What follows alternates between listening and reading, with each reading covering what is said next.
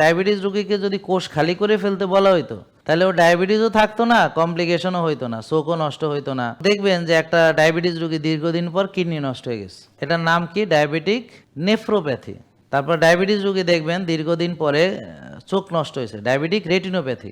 Nerve নষ্ট হয়েছে, diabetic neuropathy. তো এগুলো কিভাবে হয়েছে? যে একটা ডায়াবেটিস রোগীকে যদি কোষ খালি করে ফেলতে বলা হইতো তাহলে ও ডায়াবেটিসও থাকতো না, কমপ্লিকেশনও হইতো না, চোখও নষ্ট হইতো না, লিভার নষ্ট হইতো না, কিডনি নষ্ট। এখন যদি আপনি একদম সুস্থ থাকেন তাহলে ওই সেই ডাক্তারদের মতো অবস্থা হবে যে রুগী নাই, আমি ডাক্তারি ভুলে যাবো, আর রুগী নাই খামু কি, ভিজিট দিব কেডা?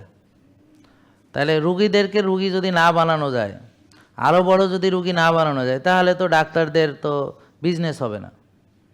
তাই জন্য তারা কিন্তু বুদ্ধিমান লোক, ঠিকই নিজেদের বিজনেস বুঝে নিছে, কিন্তু আপনারা তাদেরকে বিশ্বাস এমনভাবে করতেছেন, এমনকি আমাকে অবিশ্বাস করে তাদের বিশ্বাস করতেছেন, অথচ আমাদের বহু রোগী ওষুধ মুক্ত হয়েছে, ভালো হয়েছে, সুস্থ হয়েছে।